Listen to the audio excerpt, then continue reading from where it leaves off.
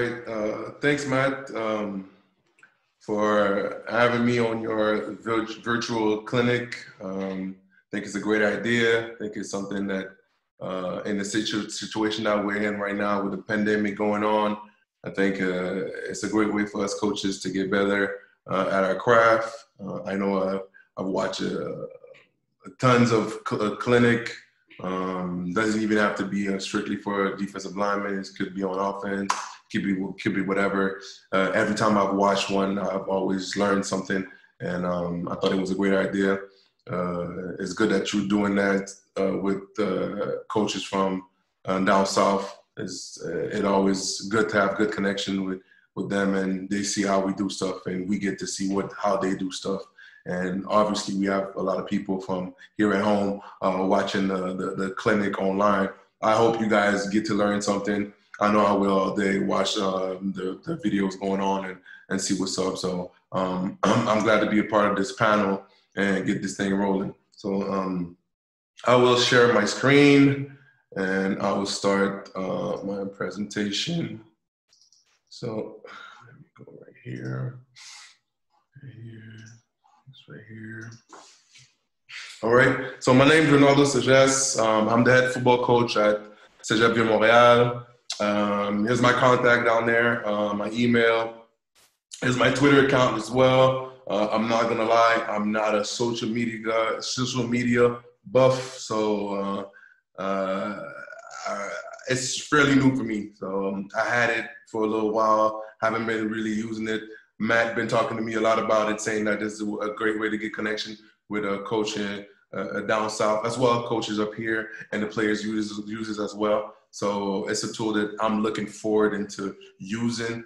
But there goes my information. If ever you guys need something from me, I'll reach out to you guys. It'll be my pleasure. All right.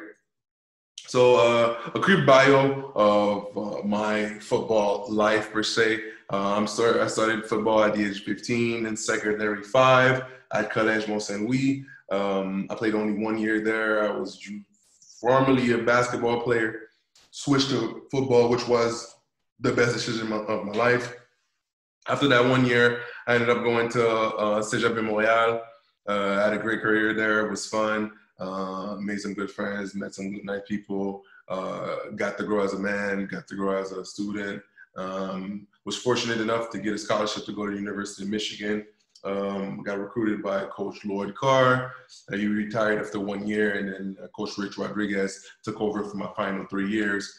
After that, I was able to get drafted by the Montreal Alouettes, did camp there, didn't work out, then went to Saskatchewan to do a camp, got hurt. And after that, it was pretty much it for my playing career, which went kind of fast when you think about it.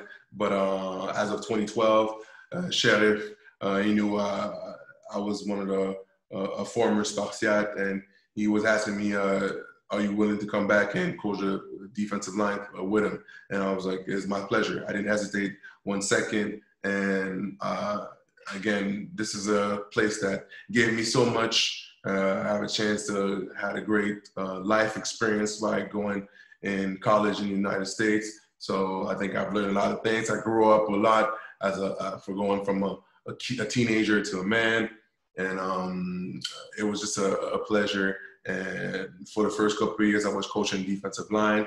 As of 2017, when Sheriff ended up leaving for University of Bishops. Actually, Sheriff is speaking today on the panel. So it's the football world is so small. I'm actually looking forward to seeing how things going. So as of 2017, I was named the head football coach at Cegep Vieux Montreal, and it's been fun. I'm cherishing every day. I'm lucky, one of those lucky person to actually live from football. And I just want to take the time to talk about something as football coaches. Sometimes we get caught up on the X and O's and the scheme and stuff like that.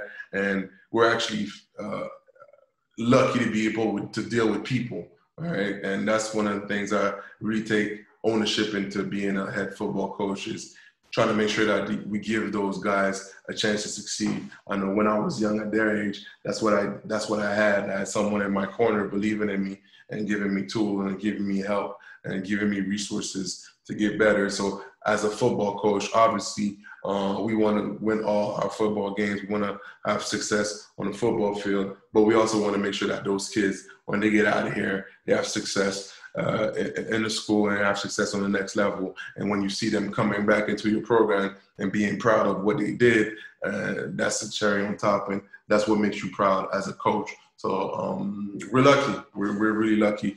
I didn't want to spend too much time on it, but I really wanted to talk about it because I think it's important, especially dealing with our younger generation and with what's going on in the world right now with the pandemic and the Black Lives Matter movement. I think as football coaches, we're able to give back to the younger youth and making sure we give them resources to become men, and that's what we're supposed to do. This is our job. Our job is not just to focus on football, but also to focus on the human being.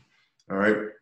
So today, like I said, I will be talking about defensive linemen's fundamentals. What we're going to go over are obviously ways to improve defensive linemen, skills to develop, how you're going to use tools to develop these guys. Obviously, we're going to talk about pass rush, a little bit of run technique, and we're going to do some film review, watch a couple of technique. As I keep on going, to me, obviously I'm biased because I've played the position. That's the only position I've played. I've never played other position. I really truly believe that defensive lineman is one of the most important positions on the football field. Just because you have an impact on every play, you can impact the run game, you can impact the pass game.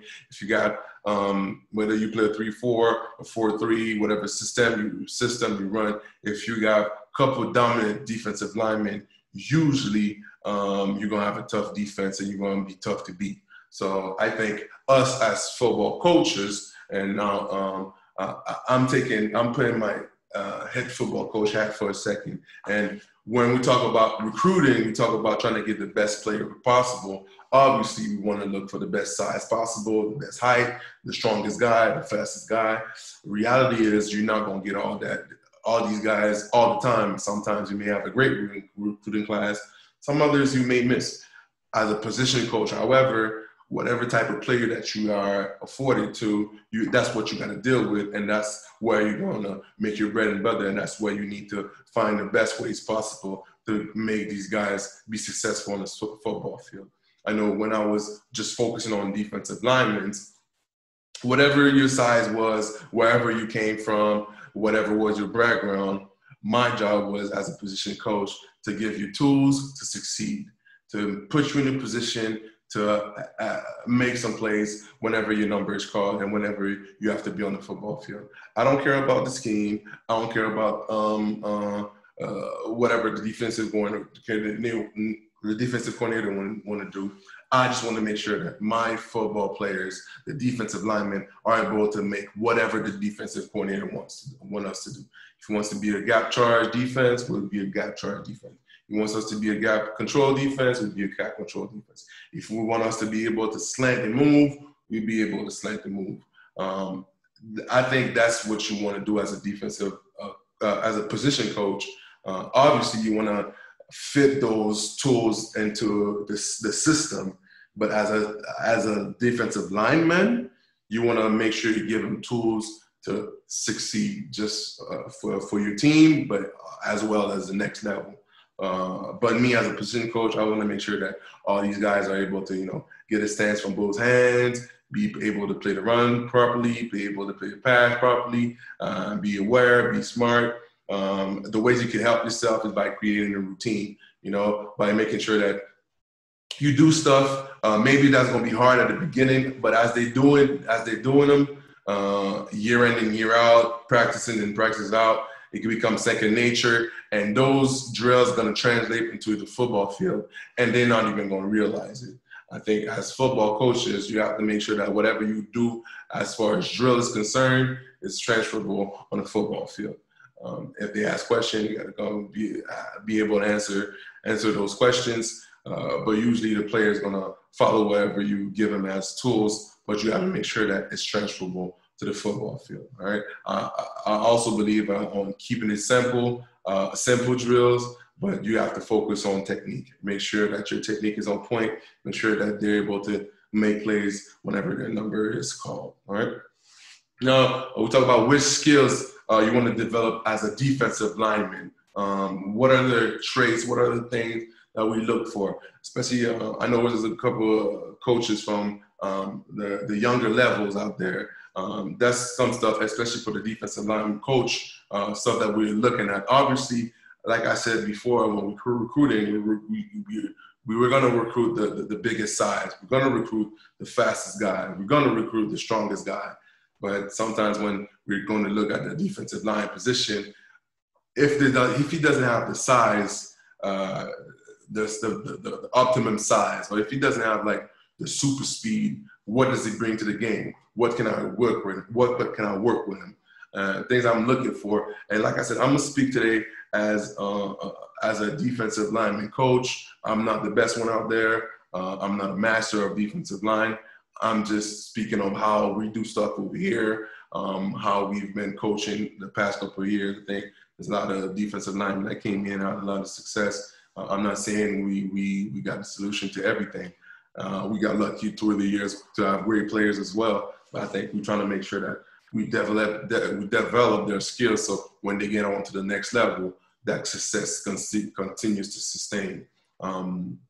But like I was saying, the skills that we want to develop are the feet, the hands, effort. To me, effort is a skill. Effort is not something that's given. Effort is not a switch that you turn on Saturdays.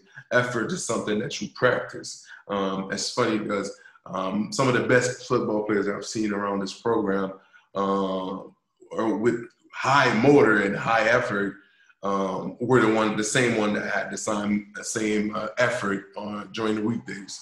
So on those dog days when it's not the game going on and just practice after school, they still bring it every day. And as a football coach, as a position coach, you also have to be able to know your players and know who's going to lag around and who's going to slack off. And, you deal with sometimes big position guys, sometimes when guys are over 300 pounds or around 300 pounds, and maybe sometimes they don't want to give the 100%, and that's where you got to stay on them in order to make sure they give you 100% effort every time they're doing the drill. Now, in between the drills, it's okay to relax and drink water and be more cozy. But when you're going through the drill, you could look at the college players, you could look at the people playing the NFL and CFL.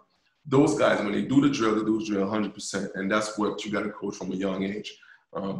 Another skill that we're looking for is awareness. Obviously, if you know the game better, if you know what's going on, if you understand technique, if you understand whatever system that's going on the other side, you understand splits, you understand when the running back is declared, you understand a bunch of stuff that's going on with down and distance. Those are extra tools that you have that will allow you to make more plays on the football field. All right, and at the bottom I said skill development to make sure it works. Repetition is key to success. All right, repetition is key to success. I believe that wholeheartedly that whatever you're trying to do, even if it's not perfect on the first try, if you keep on doing it and if you keep on chipping at it and if you keep on getting better every day, you're gonna be a real successful football player. And that's how I believe. Make it simple, but make sure that they're working to get better every day. One of the first skill that I want to talk about is feet and hips. I know as big linemen, sometimes we think about strength and being dominant physically and stuff like that, which are really important for your position. However, I think those are stuff that you can work on in the weight room or with a trainer for that. But as far as the position coach, there's not much you could do about working on strength with your football player unless you want to make him do push-ups all the time. If not, if we're going to talk about skills and developing your defensive lineman, I think working on hips and working on feet is a crucial thing. This happens on every play. You're using your feet on every play.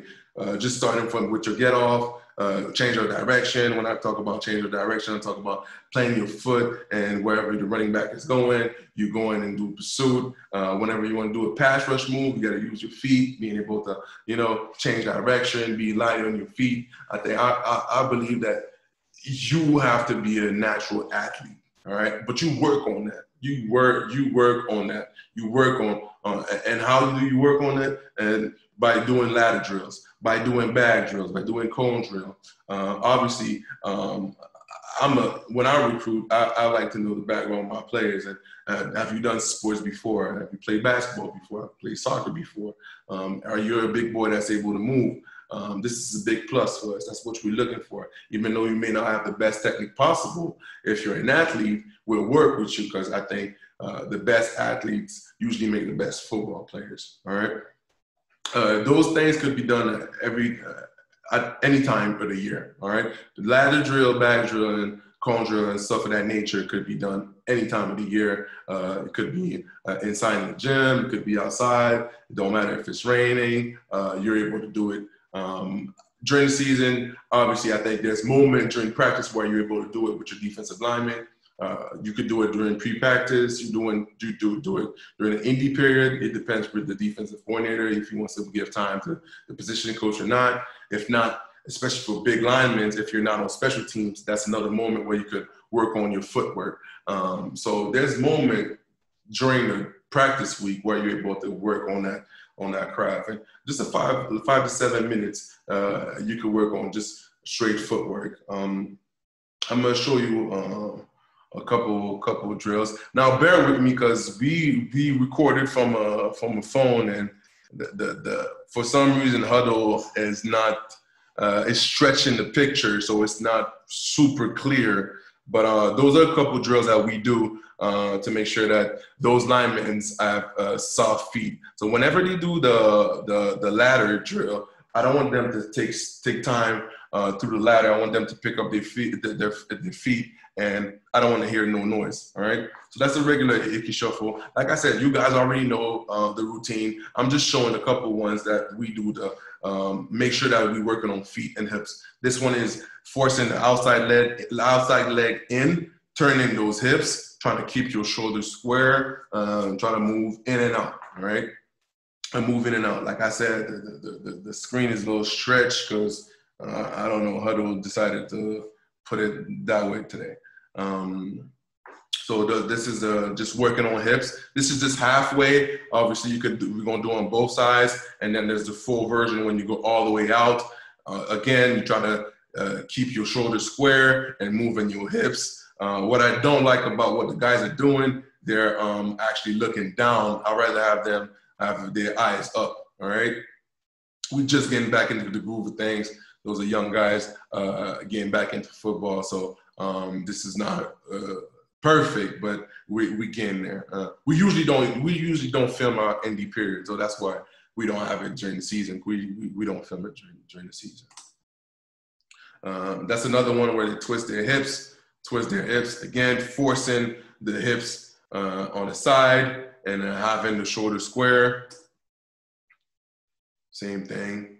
It don't matter, all right? One is 6'2", the other one is like 5'10". It don't matter. They both work on their feet, all right? They both work on their feet, all right? They both work on their feet. What I like is keep the feet moving. Keep the feet moving. 2 up, 1 back. 2 up, 1 back. Like I said, I don't like the fact that he's looking down. But actually, they keeping those feet moving. That's what I want to see. I want to see those feet moving. All right. We saw that one already. Again, the picture is not great, but all I want to see in that one is quick feet. Pick your legs up. Your inside leg should be the one leading all the time. You go forward and switching legs in the middle. And then you could do it from the side where you're going to go shuffle and back. And then you're going to go up, shuffle, back, shuffle, up. All right.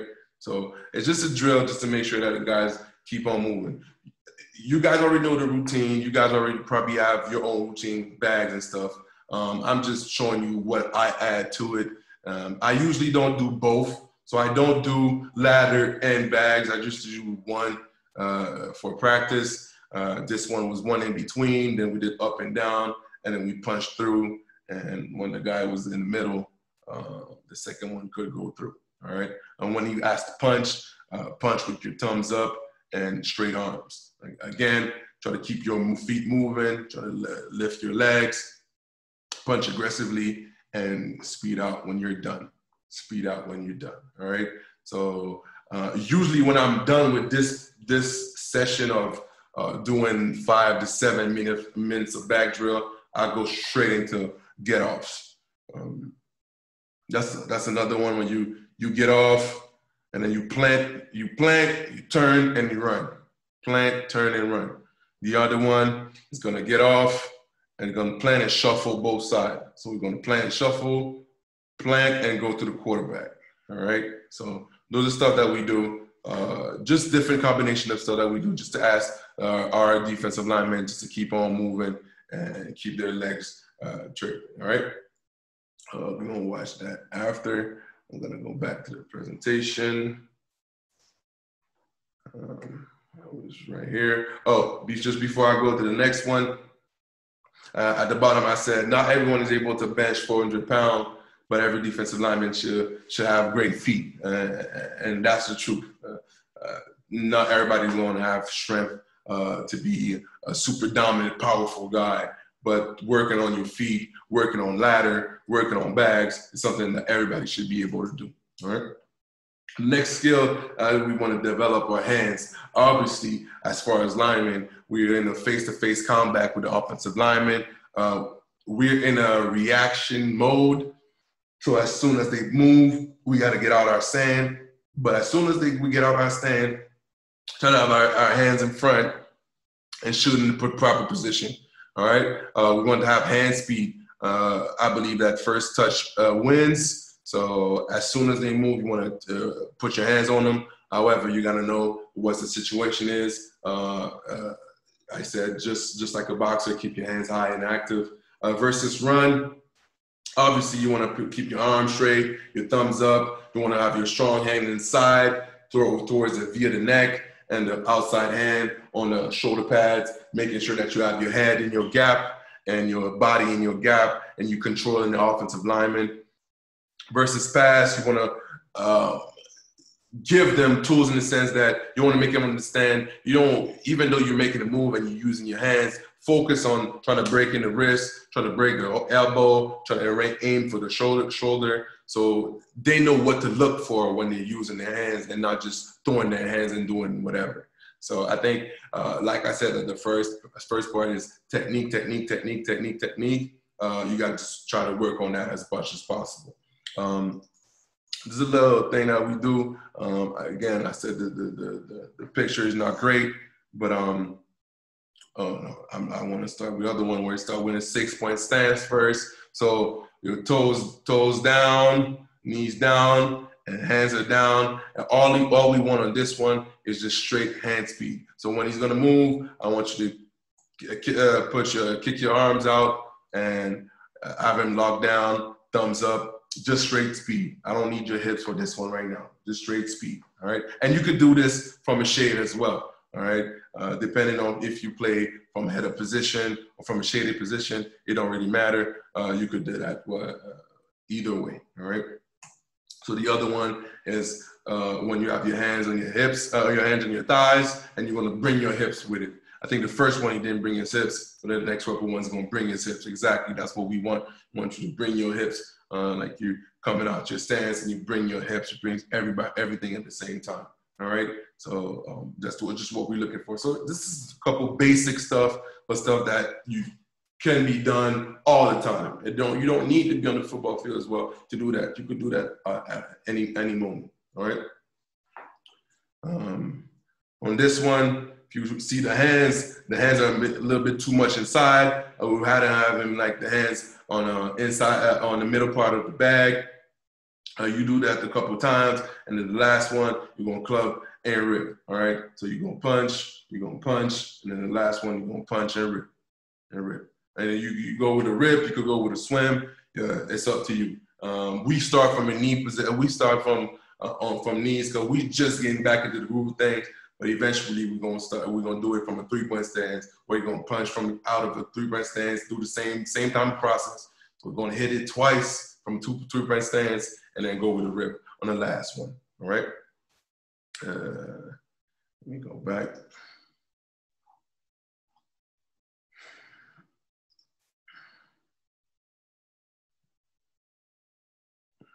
All right. Now the stance. To me, again, it's just me. I want to put the players in the best position and the most comfortable position to make plays and have success. Okay, I'm not necessarily the believer of forcing a kid to play just one way just because you want it to be that way, but you don't feel comfortable or it doesn't get out of stance properly. However, there's a moment where you will force a certain player to, let's say, put his hands down because he plays in the 2-point stance, but he keeps getting too high and he keep getting driven off the football. Then you got to make him understand, kid, if you want to be playing on this level, you got to be able to put your hand on the ground and stay low and play with leverage. All right. But I, per se, don't care as much between a 2-point stance or a 3-point stance. We've coached our kids on our program with 2-point stance with an inside foot up. We coach them with an outside foot up. We coach defensive end with the hand down. It's really a matter of just being able to execute the real play and being able to do whatever the system requires, all right? As long as you do your job and you do your job really well, the way you get in your stance is just how you feel comfortable, all right? As long as you do the job required, all right? As far as defensive tackle, however, we want their feet to be a lot more narrow, be more balanced in their stance. We want them to play run first, unless it's like a 3rd and long, now where they understand that they go into a staggered stance and get out their stance and come out with explosion. But if it's not the situation, we want defensive tackles to be in a narrow stance and be balanced. All right. I think I got a couple stuff about that.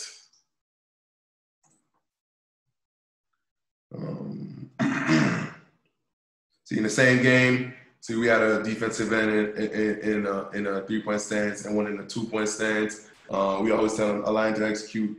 Put yourself in the best position to succeed. You're gonna let the play run. I think that this defensive end right here, even though it was a 2-point stand, he was able to put his inside hand inside, plant his outside foot, get control of the offensive lineman, and that's what we have on both sides. At the end of the day, that's what we want. We want the guys to have their hand in the gap and do their job.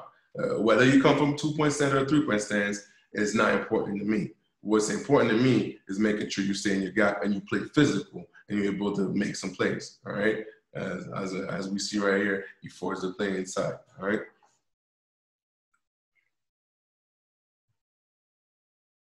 That's another guy right here, defensive end right here, playing from 3-point stance. Like I said, it's a guy, he's 5'10", barely 200 pounds, but he felt more comfortable being in a 3-point stance. We said, go ahead and we let you be free into however you feel comfortable. So that's what happened with him. I think he had a little game on this one. So he had a chase technique right here. So it was a easy payday for him. So it's just getting out your stance properly. When you look at his stance, he's in explosive position and getting down and making a play, all right? We got another one. Another example of 2-point stance. These one, they had their inside leg up, which means the reason why I like the inside leg up is your first step, even though it's going to be outside, you're going to make sure you're not going to get reached. However, if the play is away from you, you have a little bit more ways to go. You have to move. You have to be able to be an athlete and move and get back into position. As we let the play go, see the play is going to our right.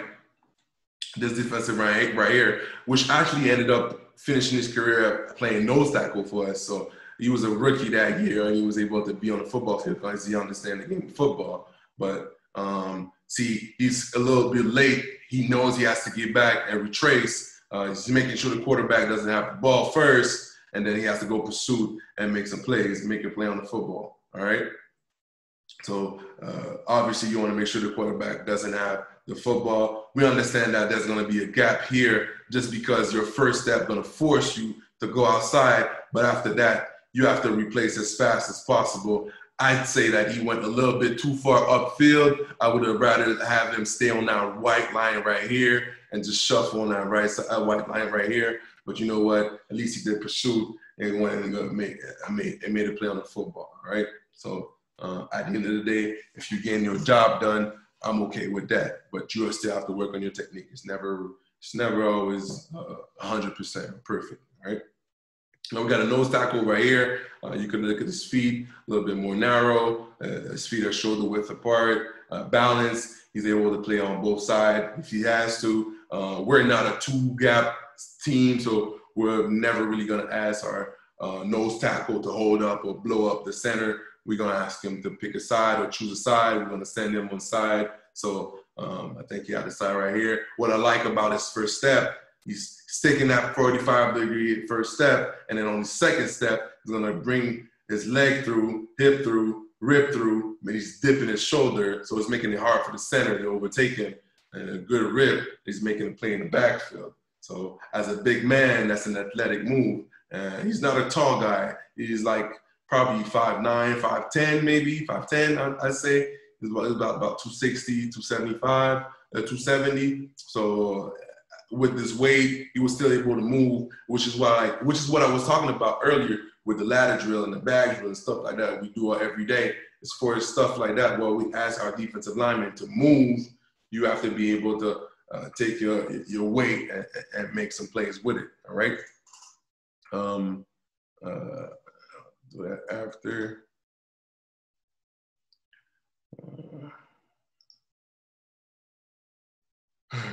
Okay, so that's where we at. Balance stance. Okay. I was saying earlier, keep the stuff simple and try to explain to your players stuff in a way they understand. So in the pass rush situation, I try to break it down in three sequence. Obviously, there's going to be the get off part where it's just a reaction time, where just as soon as they move, you move, and making sure they key something. Sometimes some people want to key the football. We may ask our defensive end to key the offensive tackle knee or his inside shoulder or his inside or his outside shoulder or his outside number, but we want them to key something. You have to key something. For the three technique, key the knee or something of the guard. You want to keep your eyes on something. And as a defensive coach, whenever you work on get off, you could switch it up just to make sure they focus on something. So one day you could be, okay, it's going to be on my foot. Another day it's going to be on my clap. Another day going to be, it's on from the ball and the stick. You always going to keep them on the edge, keep them focused, make sure they still have a clear understanding of just focusing on one thing and not listen. One thing that's a mistake sometimes that we do have defensive coaches, if we don't have the ball on the stick, because when you have the ball on the stick, it's always easy, but maybe sometimes you go on sound. Never go on sound whenever you work on get off or whenever you work on anything with football for a defensive lineman. Never work on sound. Always trying to have a visual thing for them to watch. So it could be a clap, it could be a foot, it could be a hand, it could be a ball, it could be whatever, but never go on sound. All right. So like I was saying with our pass rush sequence, the get off part and the move part, and there's an array of moves. There's a lot of variety of moves. You got the rip, the swim, the stab, the bite and go, the jabole.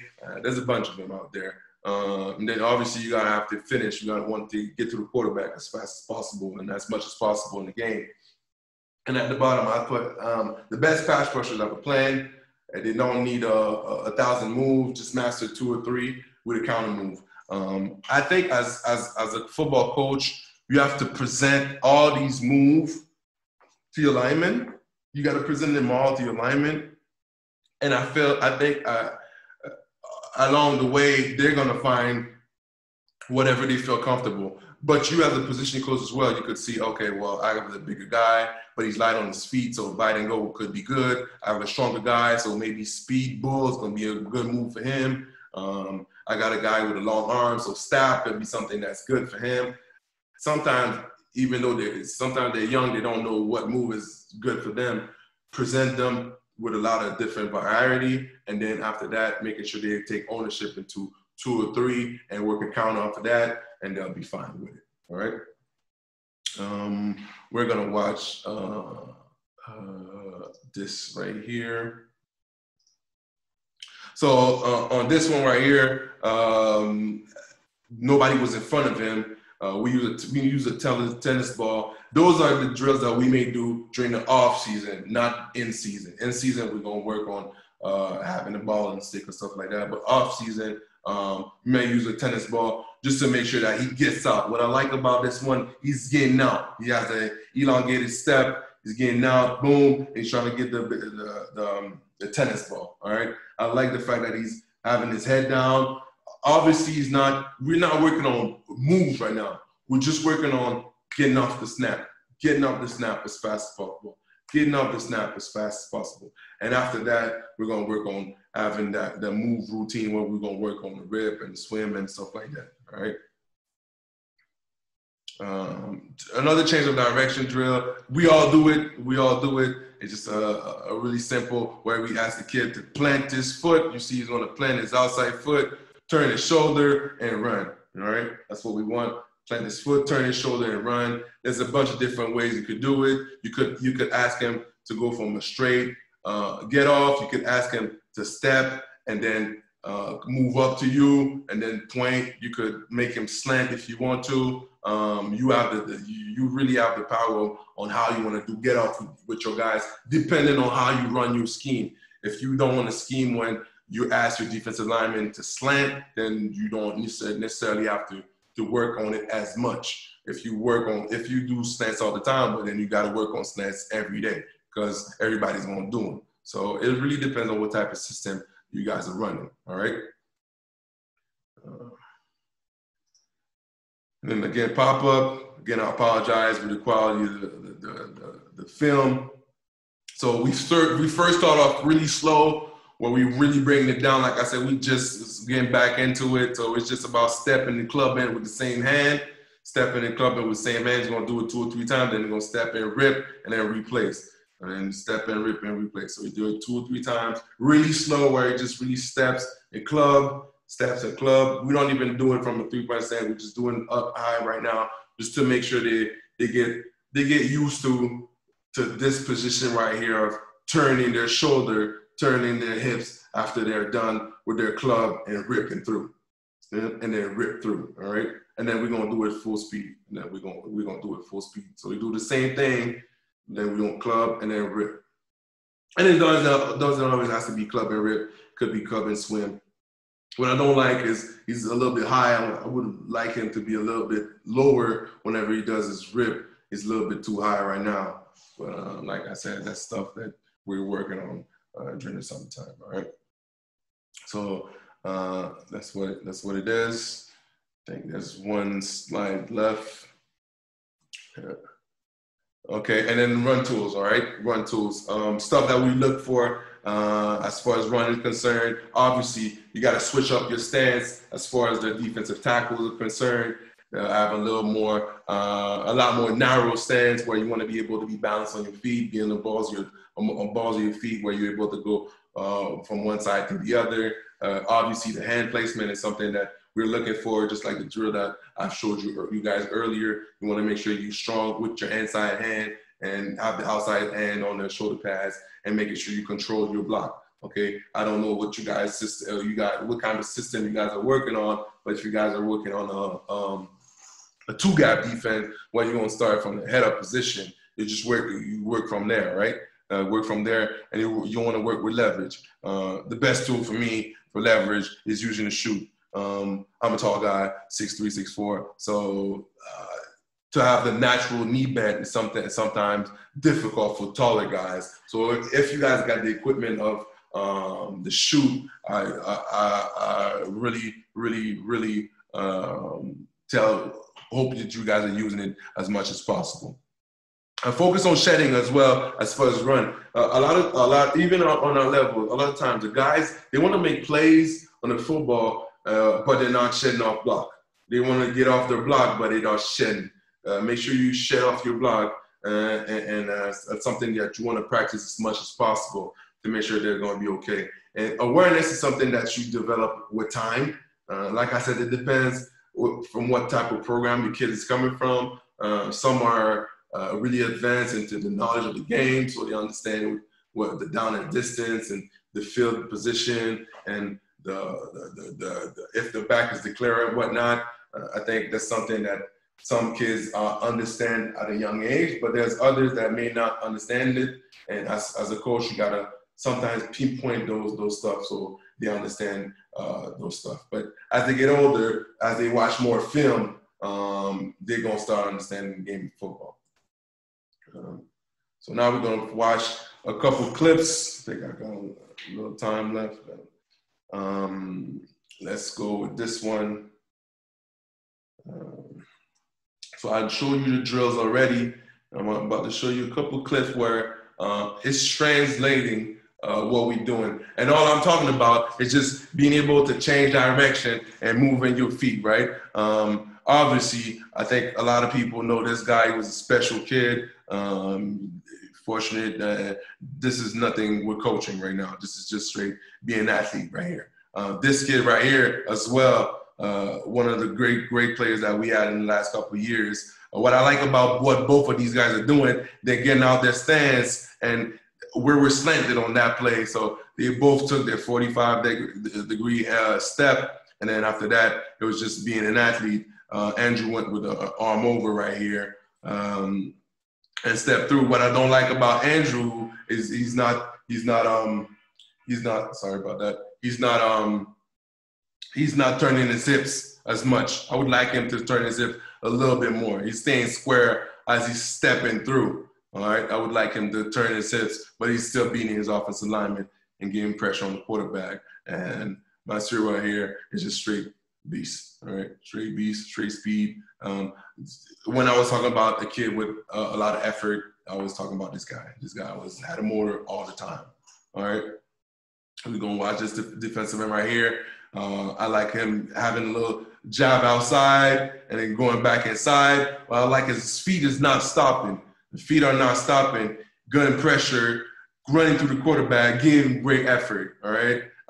If you look at this guy, you look at his size, the kid is probably like not even 6 foot. I'd probably say 5'10", but he was a good athlete. He was a former running back in high school, so we knew he had good feet. So it's just a matter of just him trying to be able to put him on the move and just keep on playing with effort, all right? Like I said, obviously we want the 6'4" guy, 6'3" guy, 6'2" guy, but if you don't have them, you got to coach whoever you got. You got to be able to find ways to get him to make plays.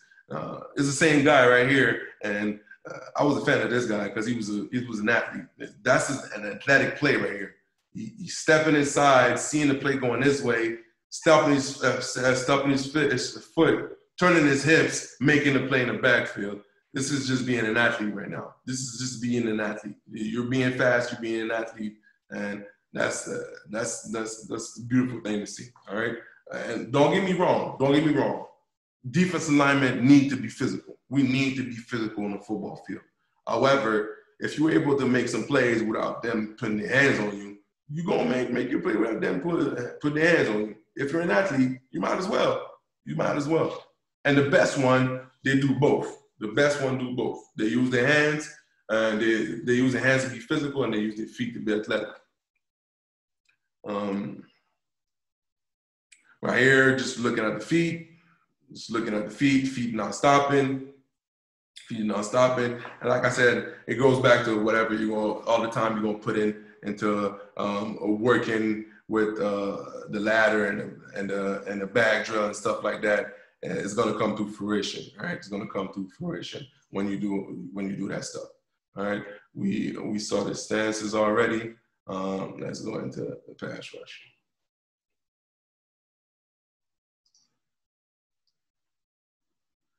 All right. Obviously, as fast as pass rush, we want to have a great get off as much as possible. But what I like about him, he's always giving an effort. All right, and he's just going with a straight rip. But what's fun about him is look at his technique. So his first step is that he's trying to take a 45-degree step, and the second step, everything is coming with it. The foot, the rip, turning his hips, going back, bringing back his hips to the quarterback. I mean, that stuff that he does is uncoachable. I could make a clinic just talking about this kid, but that's a special guy. He made my job easy. I'm gonna tell you that. That's another kid right here. That was actually last year on Antoine Demi show. I like about this is he's using the bite and go on this one. He's using the bite and go on this one. So he's making the offensive line think he's gonna go inside, but he knows he wants to go outside. So he's able to turn his hips, turn his shoulder, and going back into position to make a play on the quarterback. I actually think he was going to fall down, but that was an athletic move to stay on his feet and then finish it at the quarterback. All right, that's what we talk about, having a plan. Probably he was doing speed rush all the time. He said, let me make him think I'm going to go inside and then jump right back outside, and that's what happened. And then he finished through right quick. That's a nice move right here. That's a nice move right here. Oh, that's the older clip. Let's shout out to Sheriff. That's the older clip right here. So the counter up to the jab, the bite and go, the jab ole. So the bite and go is the defensive lineman stepping inside and then jumping back outside. So the jab ole is going to be the counter of it, right? So you're going to step outside and then you're going to go back inside. You don't want to do that all the time. That's why you gotta be able to train this guy. You go upfield, you go upfield, you go upfield, you go upfield, and then one time you're gonna fake like you're going upfield, and then you're going back inside. That's when we talk about having a plan and setting up your offensive line. Boom, going back, rip, and then going through. All right, he knew what he really wanted to do. He took a step, and then he went straight back inside. Probably the offensive lineman thought he was kept on going outside, so he just gave him a good step, good arch step upfield, and then he ripped through physically inside, and then we went to the quarterback, and the quarterback hit.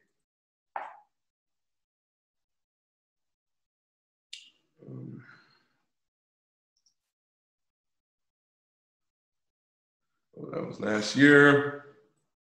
So that was Tyrone.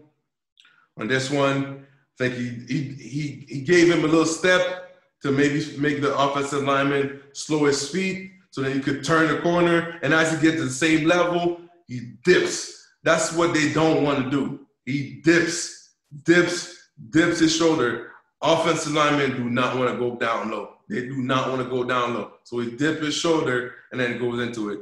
And Tyrone is not a big guy. Tyrone is not a big guy, but he's a fast guy. He's a guy that actually could be playing linebacker, but he's fast, he understands football, and he's good off the snap, so that's what happens, all right? That's what happens. So he gave him a fake inside, turn the hoop. You're going to turn the hoop. A hoop is another tool that you could use. You turn the hoop and dip his inside shoulder. Dip his inside shoulder and ripping through and finish out the quarterback, getting the hit at the quarterback.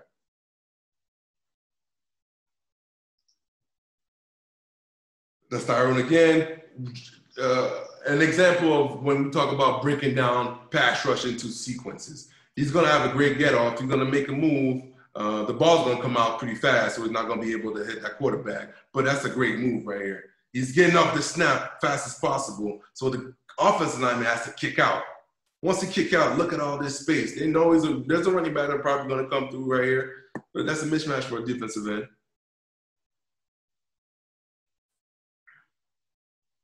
All right, so that's what I like. I like to see that. And it's all coming to fruition with all the work you put in during the offseason with the footwork, with all the work you put in with the ladder, with all the footwork you did with the bag, with all the footwork you did with the pop-ups, with all the footwork, the deal you did with the reaction time. That's when it comes to fruition. So you don't need like 1,000 drills, but you need to like harp on these drills over and over and over and over again. And Tyrone, that was his last year with our program. I'm going to tell you right now, he wasn't the same player his first year up to his third year. So he grew up a lot, and obviously he got older, but the practice helped him a lot as well. That's Andrew right here. I think he's going to go for a power rush on this one. He's going to bull, and then as the offensive lineman stops his feet, and he's going to shed on one side and go hit that quarterback. So he's going to go into a bull, and the offensive lineman stops his feet, and his momentum going to go in front. So you take his momentum against him, and then you shed him, and then you go with that quarterback, man. You go with that quarterback, all right? Andrew's another one of those special guys that makes us look good as defensive coaches. And he makes us look much better than what we are. So, good job by Andrew right here. All right. And what's fun about having guys like Andrew is able to play with power and speed. So then on the next play, he's going to play with speed and finesse. And then he's going to play with the offensive lineman. He's going to jab his feet and then go over with an arm over. And the offensive lineman didn't understand what was going on. All right. But you don't get those players every day. All right. But whenever you have those players, you have to make sure they reach that potential, all right? And when you don't have those players, but you have players that have maybe something special, give you effort, something like that, then you got to work on it and try to help them help your football team. This kid was, I promise you, probably 5'7" at most, all right? At most, 5'7" at most. And he was an effort guy. He didn't play much, but he ended up playing a little bit. And he came in with a power rush on this one, went to the quarterback. So that's what I meant about, like, sometimes size doesn't matter. Don't get me wrong. Now, if that offensive tackle was at 6'6" and 330, it would have been a different game. But reality is we don't have those players all the time. When you face them, it's going to be harder. But when you don't face them and you got normal guys on the field, then it's fair game. Okay, we saw that one. I'm gonna watch a little bit of run. Real fast, I'm almost up to it. I think time is almost there. What are we looking at right now? Oh yeah, we went on Mathieu right here. I think he's gonna get a trap on this guard right here. That's one of those plays where the kid did everything, right? He did the wrong shoulder and he made the play on the running back. Usually when you tell the player, hey, make sure you got the wrong shoulder, try to get a piece of the running back. But he made everything on that one. That's why he's a glitch. That's why this kid is on special. He does have great takeoff and great effort, but he understands football. He has a great technique. He does the right thing. He does the right thing. That's what's nice about him. Oh, right here, we see Momal here playing nose tackle. I think he was just shooting his gap. So he was making sure to shoot his hands. You got to make sure that you pin that shoulder, trying to force that inside hand in a mid part of the V, and trying to shuffle as much as possible and ripping through and doing pursuit. That's a big man moving, all right?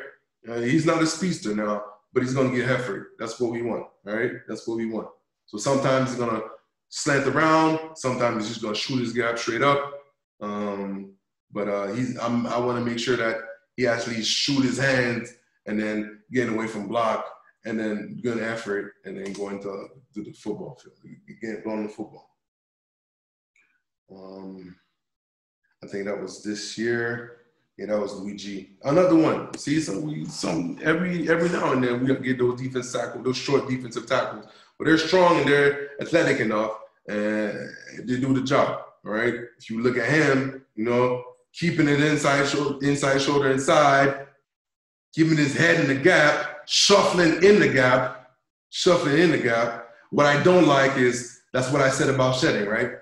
He's just in the gap and the running back's running to him. I would like him to get off the offensive lineman and then making the proper tackle. But you know what? I'll take it.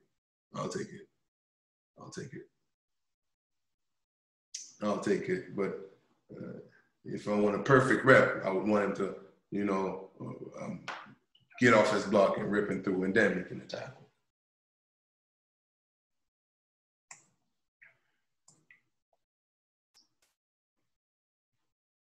Oh, the 50-50 technique for defensive end, all right? I know sometimes people saying 50-50 gets kind of hard for the defensive end because it's a 50% chance of losing. Well, I think it's a 50% chance of winning if you teach it properly. And if they do it right, and you got a guy athletic enough, and he's able to make some plays, we'll see from this view first. So they came in with the inverted veer. So he stayed patient. He saw the quarterback keeping the ball, staying on the quarterback, and made a tackle, right? Made a tackle, right? That's a big play, man. That's a big play, man. What I like about him is keeping his feet active, right? Keeping it active, all right? Don't just put your feet on the ground and staying slow-footed, all right? Keep him active, so you're able to react to wherever the football is going. And then goes Tyrone again. That's one of those perfect reps that we kind of fell into it because we got one guy that didn't do his job because he's going to get trapped by that fullback. On this one, we were supposed to track, but nobody tracked with that fullback. So Tyrone did a hell of a job of wrong shouldering the fullback and then making a play on the running back. This is an awesome play on the run right here. All right. So just getting a good stance. What I like is he didn't get too far upfield. He didn't get too far upfield. When you look at him, he didn't get too far upfield. I don't know how he saw it, but he saw the fullback at the very last second and then ripped through. I'm not even sure he saw him, but he ended up doing the right technique. Wrong shoulder and then made a tackle. That's a great play, man.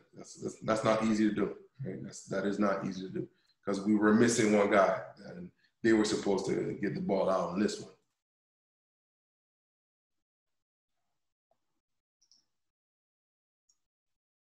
Again, with great hands inside, just staying low, playing with leverage. All right, his head is under the center and trying to create good separation. Keep good separation, making sure the ball's not going through his gap first. Then going in and make a tackle. So we're gonna take that. We're gonna take those. Again, when we play run, you want to play your offensive guard. So you want to stay low, shoot your inside hand on the inside pad, your outside hand on the outside. Keep your hand in the gap. So that's what he's a little bit mid. He was a little bit too much head up to my liking. But what I like is what he was able to get off the block and making a play in his gap. If the running back wants to go through your gap, he has to go through you. That's what we want. If he wants to go through your gap, he has to go through you. What I like about him, he's playing with leverage. He's playing lower than the offensive lineman. Right here, he's lower than the offensive lineman. Then he's looking where the running back is going. I would prefer him to be his hand in his gap and not trying to guess where the running back's going to go.